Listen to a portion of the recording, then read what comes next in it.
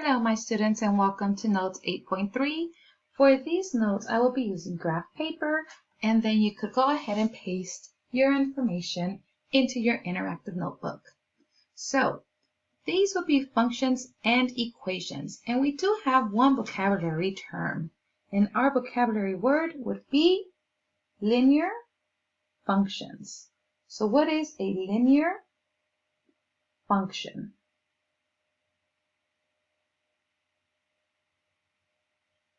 So go ahead and write your vocabulary term, and that again is linear function. And a linear function is a function whose graph is a line. Now you will probably notice when you see a graph that goes just like this. You have your graph, and then you might notice a straight line, boom. Or it might be going this way. So if it has a straight line, then that is a linear function. Okay, now I am going to be giving you certain examples. First, we're going to start with a function table. We will find out how to calculate the function rule based on our past videos that we have seen. Okay, so I am going to go ahead and put examples first right here of certain data. And if you need to write down your vocabulary word, go ahead and click pause, and I will write down my information. So let's say for this example, I have my input. And again, remember, my input information is my X. And then I have my output information. My output information would be Y. Okay, and if I am creating my table, I'm going to go ahead and trace my lines right here. That's why I love the graph paper. I mean, I still won't go straight, I know. That's one of my weaknesses, straight lines. But I'm trying my best. So I'm going to go ahead and put it like this. Okay, so that's my first information that I have. Okay. Now, let's say your data table has number 1, and I'm going to put this in the middle. Number 1, and then for Y, I have the number 9. I'm going to close that table. But then I have 2, and I go ahead and put 18. Start noticing what patterns you might see. Then I have 3, 27. 4, 36. 5, 45. Okay, and I'm going to just leave it like this because it could continue. So what do you notice? What patterns might you notice? Now, I want to know what happened for this 1 to turn into a 9, for this 2 to go into 18, for this 5 to go into 45, and so on and so forth. So again, the same sentence starter we used last time. This is a geometric sequence because you are multiplying a certain number in order to get the answer. So that means that Y would equal to what? I have my number here, and then I need to get X. So what number did we use to multiply X in order to get 9? What number did we use to multiply 2 and then we get 18? So that means that if you notice, I am multiplying by 9. So if I'm multiplying by 9, I put my number 9 here. And here's the fun thing. Whenever you go from a small number to a big number and its geometric sequence, you're multiplying by 9. But let's say you're trying to find out the number right here. If you get the Y, If you need to go the opposite direction, what should you do? You're going to divide. So always try to find those patterns. So for this one, since it turns into a big number, guess what? You are multiplying it by 9. Okay, so this would be your function rule right here. And I'm going to go ahead and box this in. Okay, that's it. So now let's go ahead and get another example. Okay, this is example number 2. And with the magic of technology, I have already put my information here. So go ahead and look at the pattern.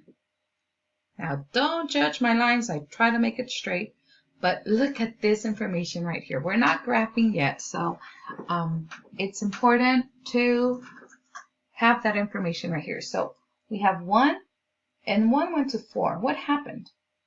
2 turned into 8, 3 into 12, 4 into 16, 5 into 20. What pattern do you notice? So from this went to a high number. Okay, so there's a number here. What did we do? And this same thing, if you say, oh, I multiplied by something, we have to apply it here as well, and here as well, and here as well. Okay, so let's see. From 1, we went to 4. So was this 1 plus 4? It works. Or does it not work? What if it's 1 plus 3? 1 plus 3 is 4. Yes, it works. But let's see over here. 2 plus 3. Is 2 plus 3 8? No, so it doesn't work. So what pattern do you notice? So that means right here 5 went into 20. So that means I multiplied by 4. Okay, so 5 times 4 is 20. But let's see if that's true, because this same rule has to apply over here. Let's see. 4 times 4. 4 times 4. Is that 16? Yes. So I'm going to try it over here. Times 4. Let's see. 3 times 4. Is that 12? Yes. What about 8 times 4? Is that 8? 2 times 4. Is that 8? Yes. And what about here? 1 times 4. 1 times 4 is 4. Yes, so that means your rule for this one would be y equals 4x. And then you get to circle it or box it in. Okay, but let's say you now need to graph this information. And remember from the other videos, when you graph this information, you have your x value and your y value. So you could easily graph these. Okay, but I'm going to give you something to graph right now. So let's go ahead and give this a try. Now let's see for this example, if you're given this information right here, they tell you, hey, I want you to create a table, and based on the information, you know y equals 2x. And they tell you graph it. Don't freak out. Okay, all you need to do is create your table. And that's the same information we have done before. So you're going to need your input and you're going to need your output. Okay, you could use this in many different ways, but let's say you're given your data table and you have your table as x. Okay, and I'm going to put this right here a little bit bigger for us. And again, I'm trying to make my straight lines. Then you know that you have your rule right here, and your rule is 2x. You know that. And if you remember, this is like our little machine right here. And then the output will be y. Okay, and I'm going to add something extra right here. And this is so we could organize our information. I'm actually going to put, since we're going to graph, I'm going to put x and y together. That way when I have my information, I know these are my ordered pairs. So let me go ahead and close my table. Okay, and just for this, let me make this a little bit bigger for you. I'm going to choose my independent variables. So X could be independent. That means it could be any number of your choice. Why aren't you guys telling me that I'm going all crooked right here? Come on, people, come on. All right. So X, let's choose any number on X because it's an independent variable. You could choose any number. I'll choose easy ones. I'll put 1. Okay. That means I'm going to get the same information. And I don't know, give me a number. I'll do 2. Okay. Boom, boom, boom. And then I'll do 3. Okay, let's see. Okay. Now, based on this information right here, we know what X is. Some of you have already probably finished this because you guys were super fast when we did this in the class. So you guys got it. So right here, we need to solve this. What are we going to do? So I have 2. Then I'm going to get my parentheses. Since I know I'm multiplying here, I substitute X by 1.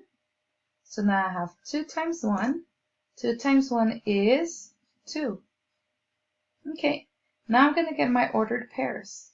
So that's 1, 2. So I put 1, comma, 2. Remember, X always goes first. Now I'm going to do my next one. I have 2 right here, so that's 2. I substitute it by X. That will be 2. 2 times 2. 2 times 2 is what? 4. Then I go ahead and get my ordered pairs. 2 and 4. 2 and 4. Boom, I got it. Last one. I have 2. But then I need my X. X is 3. Go ahead and put 3. 2 times 3 is 6. Get my ordered pairs. X is 3. Y is 6. Boom, I got my information. Now that I have my information, I can now graph. How are we going to graph? Well, just as what we did on video 8.1, I am going to go ahead and do my x-axis along with my y-axis, x and y. Oopsie. For real, Nancy, for real. Right here, sorry. Okay, so again, this here is my x-axis. This is my y-axis. Okay, now I'm going to put my numbers. And I need my numbers on the x and I need my numbers on the y. So my numbers right here, I'm going to skip it by every 2 dots. I'm going to put 1, dot, dot, 2, dot, dot, 3, dot, dot, 4. Okay. I have 0 right here. Then I need 2, 4, 6, right? So I'm going to go 2, dot, dot, 4, dot, dot, 6. Okay. Now, if I have 2, 1, 2, 3, and then 2, 4, 6, now I'm going to use just this information that I have right here. So my first data set is 1, 2. So X, and again, if you need to get your highlighters, you are more than welcome to. For this one, I'm going to choose 2 different highlighters. So I'm going to say anything that's on the X is going to be green. So my x-axis is this one here. Boom. Anything that's Y, and I'm just doing it for these colors. That's my y-axis. It's right here. So I'm going to match them. Okay. So here we go. I have 1, 2. 1 is on the green. 2 is on the pink. Where do they meet? Dot, dot, dot, dot, dot, dot, dot, dot. Oh, they meet right here. Okay, so I have that one. Then the next one, 2, 4. 2 is on the green. 2. 4 is on the pink. Dot, dot, dot, dot, dot, dot, dot, dot, dot, dot, dot. Oh, they meet right here. My last one is 3, 6. 3 is on the green. 6 is on the pink. Dot, dot, dot, dot, dot, dot, dot, dot, dot, dot. Boom, it's right here. Now let's see if this is a linear function. I'm connecting all my 3 dots. Okay, they're all right here. Let's see. Boom. Is it a straight line? Yes, yes, it is. Now let me extend your brain right now. What if someone tells you, hey, what are these two numbers without you graphing? If this is 4, what would y be?